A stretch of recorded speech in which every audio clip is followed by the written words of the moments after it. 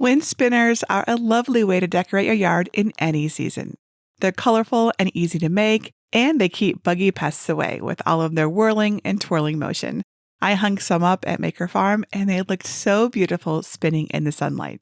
Hello everyone, Jennifer Maker here. It's a beautiful day to learn how to sublimate an autumn wind spinner, with or without a sublimation printer.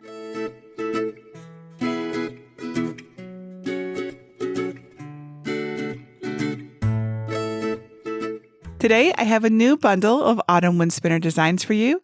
I've got 4 that you can sublimate with a printer and 2 designs that you can make without a printer using Cricut Infusible Ink transfer sheets. Or if you want to customize your own wind spinner design with a sublimation print or with Infusible Ink, which you can totally do, stay tuned to learn how. First, I'll show you how to prepare the designs, and then I'll show you how to sublimate them on both sides. Some of your materials and tools will vary depending on which method you choose, but all you'll need to get started are some basic materials like cardstock, butcher paper, and heat-resistant tape. And of course, a heat press. If you're new to sublimation and want to go deeper into some of the basics before you start this project, check out my Sublimation for Beginners guide at jennifermaker.com/sublimation for beginners. It's a great way to get started confidently. As always, I have the full shopping list with exactly what I used over at jennifermaker.com/652. There's also a written tutorial with pictures there if you want to follow along that way. So, are you ready to make some wind spinners with me? Let me show you how to get my free designs, and then we'll do this together. Step 1. Get my wind spinner designs. First, download my designs at jennifermaker.com/652. You can either download right from that link by saving the project, or download from my entire free design collection. To find it, look for Libraries in the red bar at the top, and then click Get a Password if you don't yet have one, or click Enter the library. Search the page for design number 652 and click the link to download the designs. If you're not sure how to do any of this, visit jennifermaker.com/svgs to learn how to download and unzip files. In the SVG folder, you'll find a file with 2 designs that can be cut from Infusible Ink transfer sheets. One is a boo design with ghosts and a jack-o'-lantern, and the other is a simple grateful design.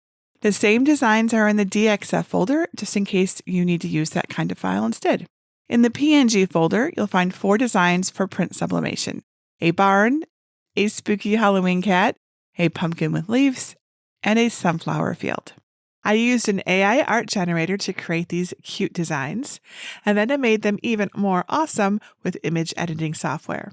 If you want to learn more about the process, check out my AI art playbook at jennifermaker.com/AI art. Measure your wind spinner blank. Sometimes packaging or listings note the wrong size, so it's really important to double check your wind spinner's size so you can make sure that you size your design correctly before you begin. First, remove your wind spinner blank from the plastic wrapper. If yours came with a hanger, set it aside until later. Be careful not to bend the wind spinner until you're ready to shape it at the very end after sublimating. Using a ruler or measuring tape, measure the widest part of the wind spinner from the left edge to the right edge. Mine measures 7 7/8 inches wide. Now measure the height from the top to the bottom the same way.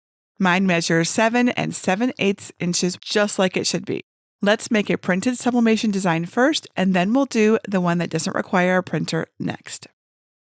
Step 2. Prepare and print your wind spinner design. Go to jennifermaker.com/Google Docs in the Google Chrome web browser on your computer. Google Docs is free, but you will need a free Google account to use it. Click Blank Document to get started. Go to the File menu and select Page Setup. Check the box next to Landscape, then change all of your margins to 0 to use as much of the page as possible. I'm using 8.5 by 11 inch sublimation paper or letter size paper, so make sure it's set to that. Then click OK. Go to the Insert menu, select Image, and select Upload from Computer. Select the sublimation design you want to use. I'll show you how to sublimate the barn design, but the other ones follow the same directions too. And click Open.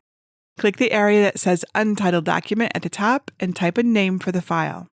First, we need to resize the design to fit our blank. Click Image Options at the top. and select Size and Rotation. Keep the Lock Aspect Ratio box checked to keep the design's proportions. My wind spinner is 7 7/8 inches wide, so I'll make my design 8 1/4 inches wide to make sure it fully covers the blank. If yours is a different size, it's important that you make yours larger too. The height field will automatically adjust. Now let's put the design in the middle of the page. That way we can be sure it won't get cut off at the edges. Select it and then click Wrap Text icon from the menu that appears below. Click and drag the image to the center of the page, and that's it. Now go to the File menu and click Print. Under Destination, select your Sublimation printer. Change the copies to 2 so you have a print to sublimate on each side of your wind spinner. Click the arrow next to More Settings and select Print Using System dialog. Your print menu may look different than mine. No worries if it does. Just make sure that your Sublimation printer is selected and that you choose 2 copies again. Make sure you flip horizontally too, and select the highest quality print setting as well as matte paper. Follow the packaging instructions to load 2 sheets of your sublimation paper into your printer, and then click Print. Once the first page is printed, carefully remove it from the tray and set it aside. Be careful not to touch the design until the ink is dry because it can smear. Remember, the printed designs will appear lighter before pressing them. Step 3. Sublimate your wind spinner. As with all sublimation projects, turn on a fan and open a window to improve your ventilation before you start. And then following my sublimation cookbook, we want to set the temperature of the Easy Press to 360 degrees Fahrenheit or 192 degrees Celsius. And you'll want to set your timer for 120 seconds. If you're using a different heat source than the Cricut Easy Press, you can check the sublimation cookbook for other times and temperatures. Now grab your design and gently curl it in half from side to side. Pinch the very top and bottom of the border, not the print, to mark the center with creases.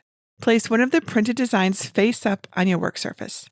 If your wind spinner blank came with a protective film, be sure to remove it from both sides, otherwise this won't work. So always check for a protective film before you press anything.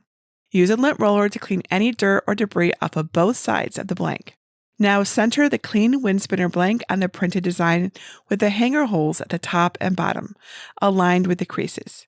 The ink should be even around the edges of the blank, like this. Think of the blank like a compass and use heat-resistant tape to secure it to the edges of the transfer sheet at the north, south, west, and east points, so the wind spinner can't shift.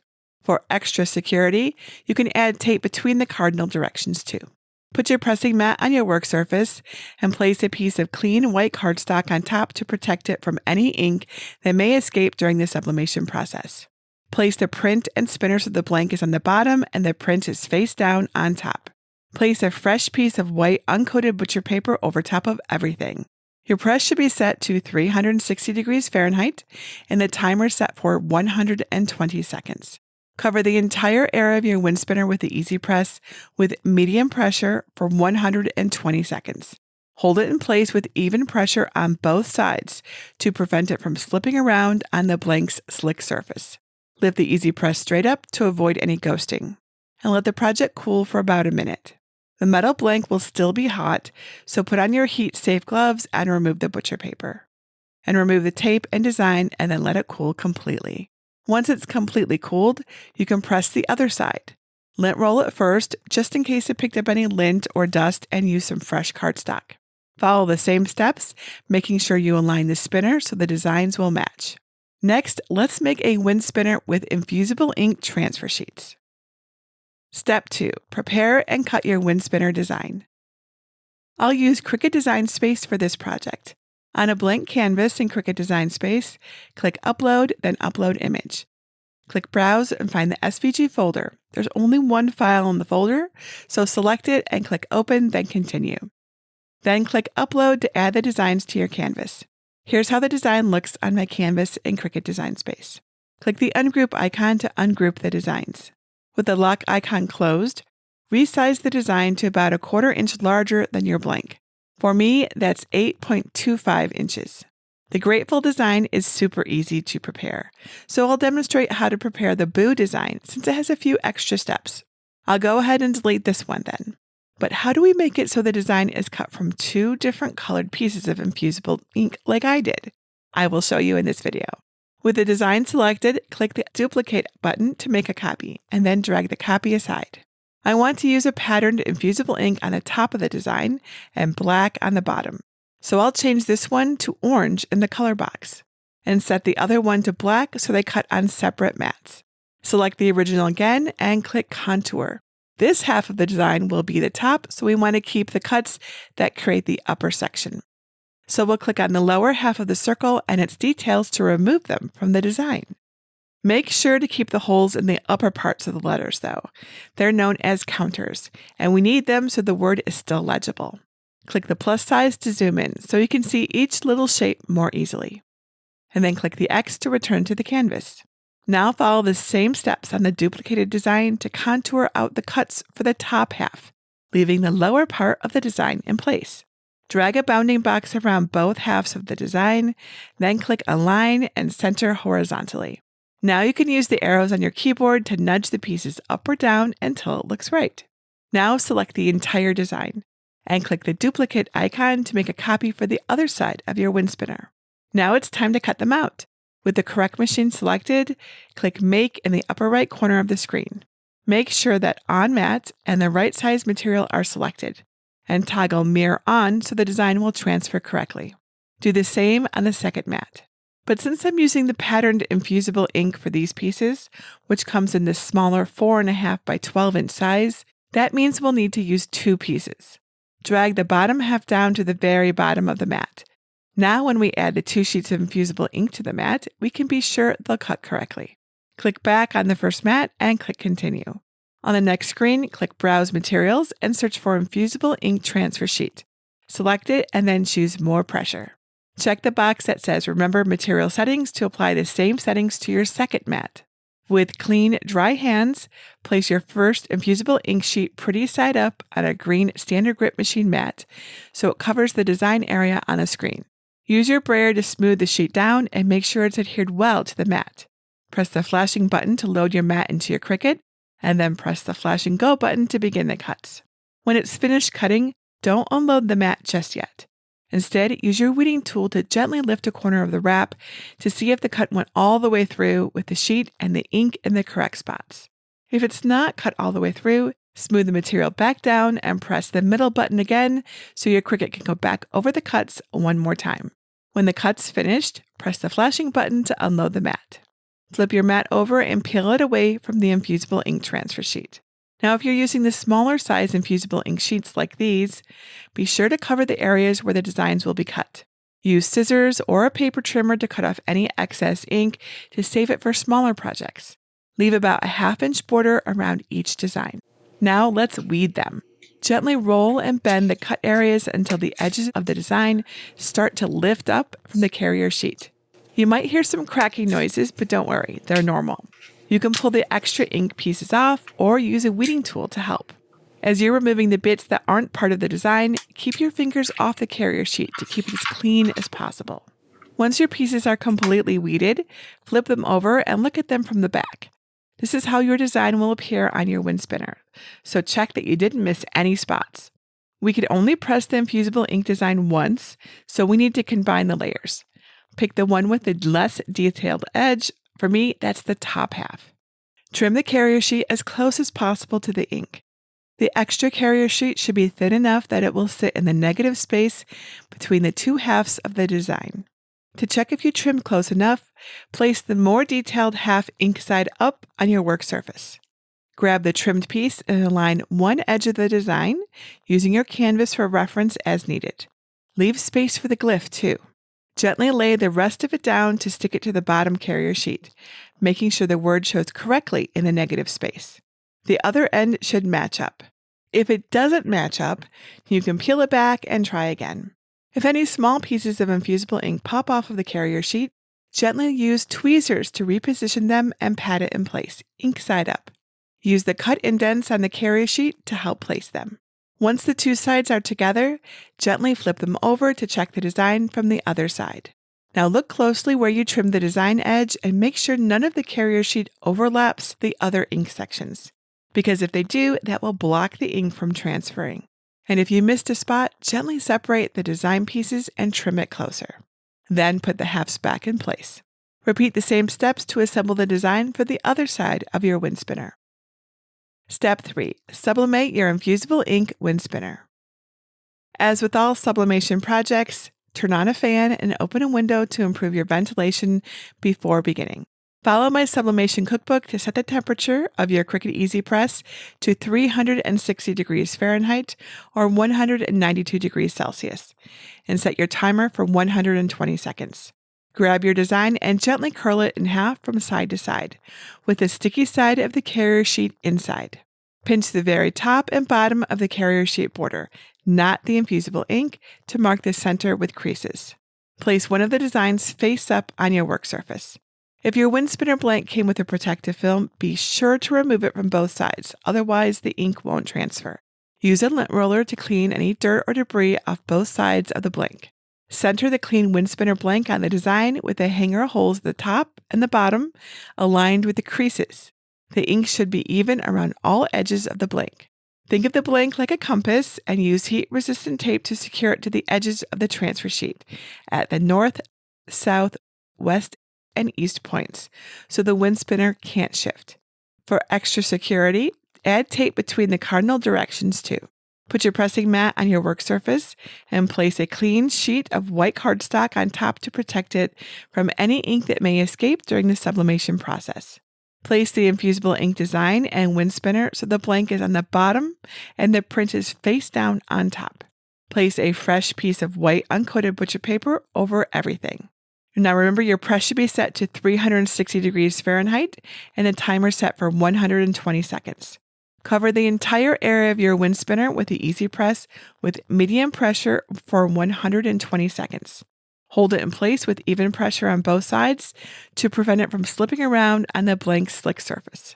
Lift the Easy Press straight up to avoid ghosting and let the project cool for about a minute.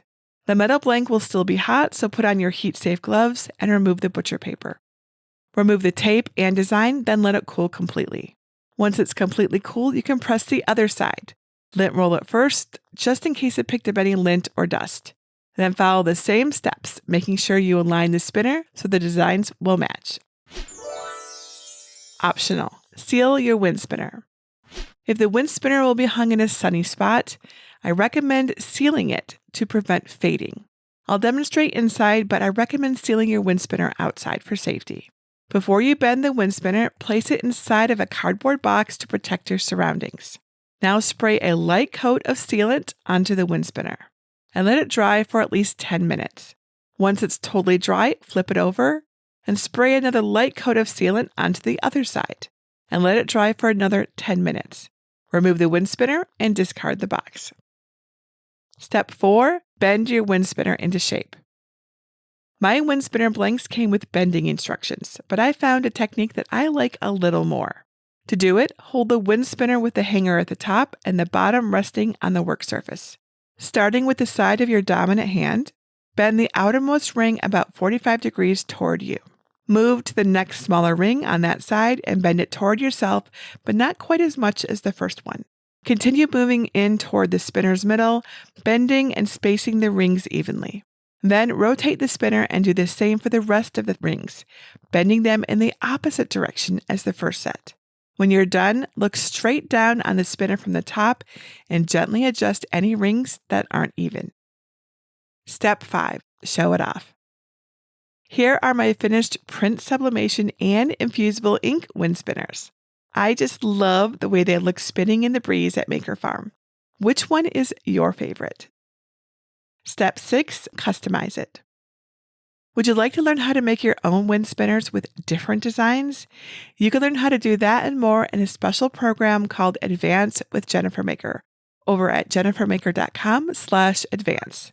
As part of the program, you'll get access to a Canva template designed to fit these wind spinners, plus tons of design elements to make your own custom designs for either Infusible Ink or print sublimation.